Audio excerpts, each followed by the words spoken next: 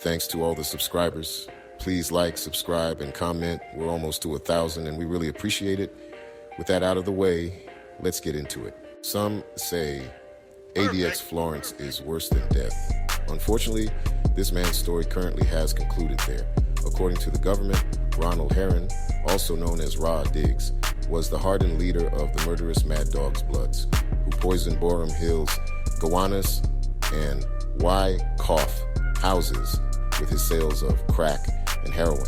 They also said that he was responsible for the killings of 3 men associated with the drug trade: Frederick Brooks, Richard Russo, and Victor Zapata.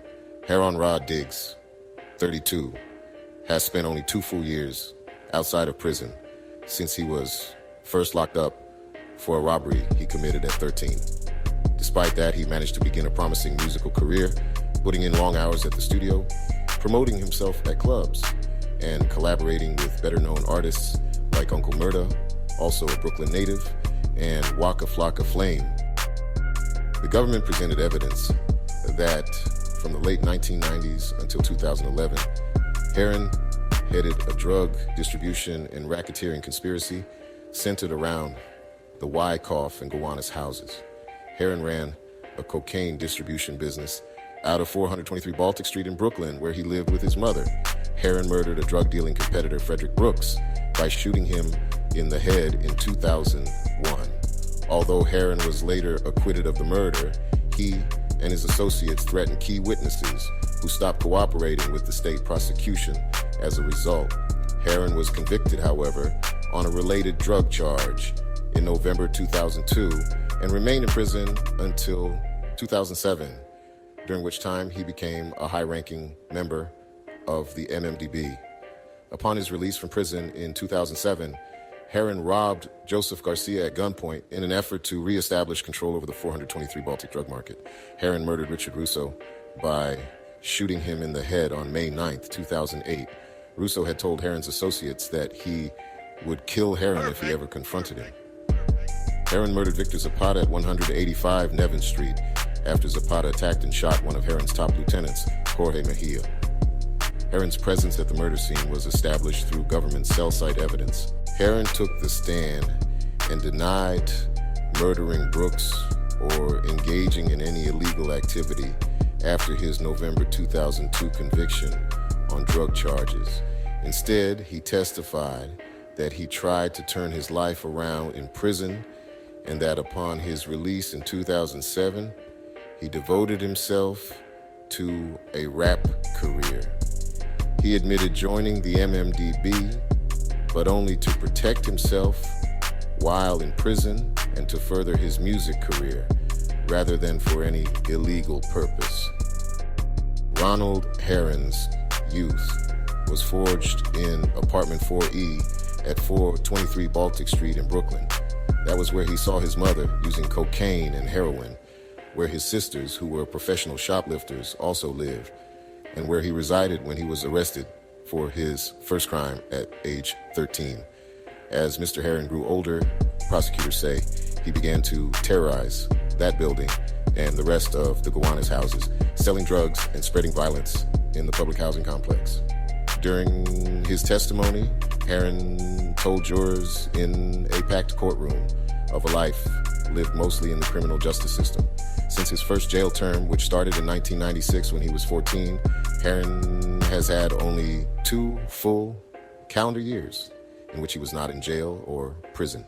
He testified that his mother used cocaine and heroin, his father used crack cocaine and was largely absent, and his sisters were shoplifters with the aliases Dorothy Dandridge and Alice in Wonderland, given to them by his mother so that when they got put through the system, there wouldn't be any prior results. Apartment 4E was chaotic, he said. When an aunt kicked out her son for drug dealing, he said, my house was basically open season for everything, so he came and stayed with us. Cousins, a sister's boyfriend, and random characters began packaging, dealing, and taking drugs in the apartment, Herron said. At 13, Herron was sent to an upstate juvenile detention center for a year and a half for robbery. There he became a member of the Bloods. When he came home on furloughs, the drug dealing activity from his apartment had increased. He said He was 16 when he was released. His cousins basically told me what I needed to do to survive, Mr. Herron said. He bought drugs from Washington Heights in Manhattan, where he would rendezvous with dealers at a restaurant or a bar and place our order. His mother's apartment remained a spot for drug dealing and served as the dip crib where the people dealing drugs in the Gowanus houses' lobbies ran when the police came. The apartment had been raided when Mr. Herron was in prison and was raided again after his return, he said. He pleaded guilty to possession of a gun, which he said was actually his cousin's. As a rivalry with a Wyckoff houses gang heated up, Mr. Herron fled because he had heard the police were looking for him in connection with a shooting. He was found charged and detained in an adolescent unit of Rikers Island called C-74. It's considered a gladiator school, a rite of passage you have to go through to validate yourself, he said, of the unit. There, Mr. Herron said, he took on more responsibility within the Bloods, getting tips from a member in an adult unit. We didn't have any real structural guidance, he said, so he'd give me a template to follow. That included a committee oversight position within the Bloods. The Bloods are seemingly well organized. Prosecutors shared a multiple-page history of the Murderous Mad Dogs, Herron's blood gang, laying out roots, development over time, and hierarchical structure. Herron left Rikers after 14 months in May 2000 when his case was dismissed. In 2001, in an unrelated case, Herron was arrested on second-degree murder and drug charges. He was acquitted in his state murder trial, which the government says fell apart because he intimidated witnesses.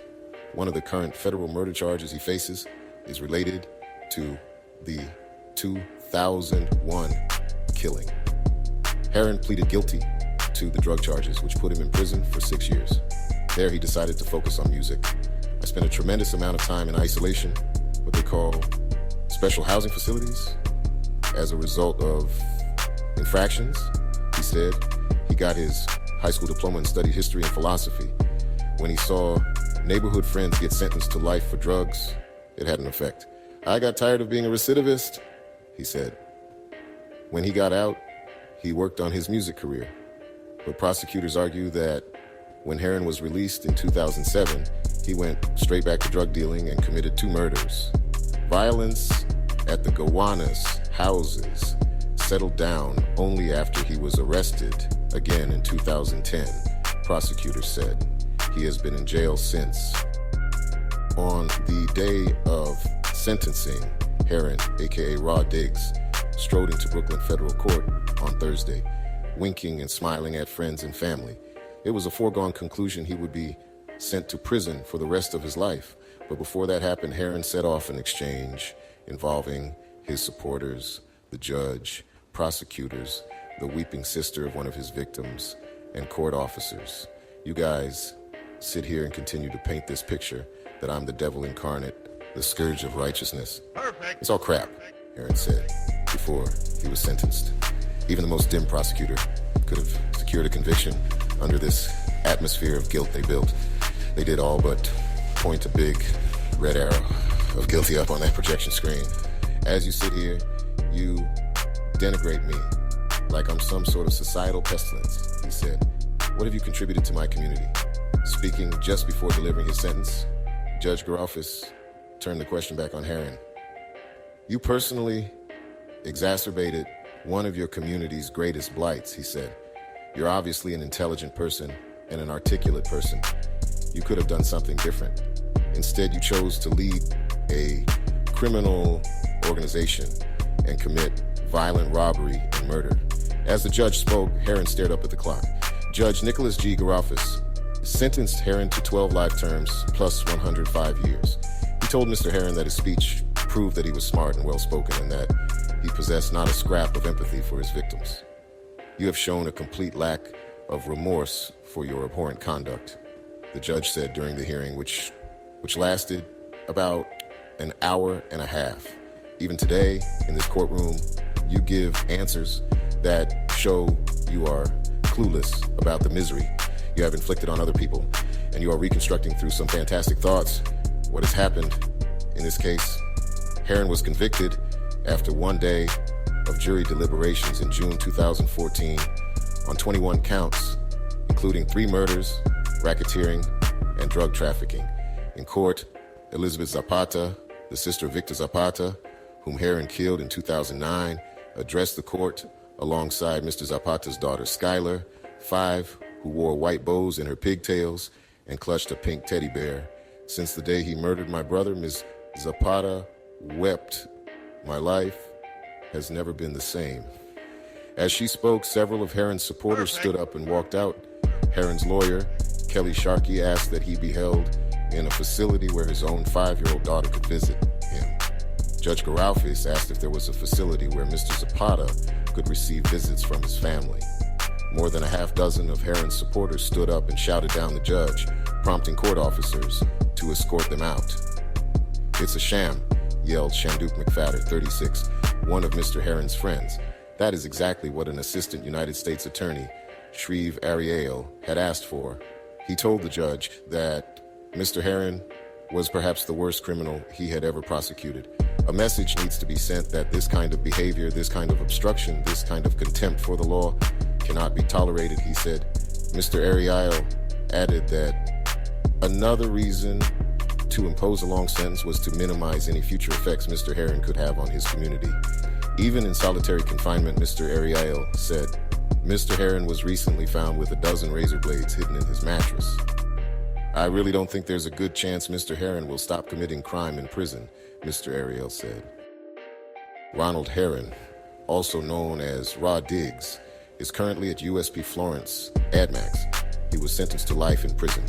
Some could argue that Ronald Herron's life could not have played out any other way, based on his geographical location, i.e. zip code of poverty, failed schooling, and his personal family circumstances. Some would argue it's a systemic issue that many unknowingly face.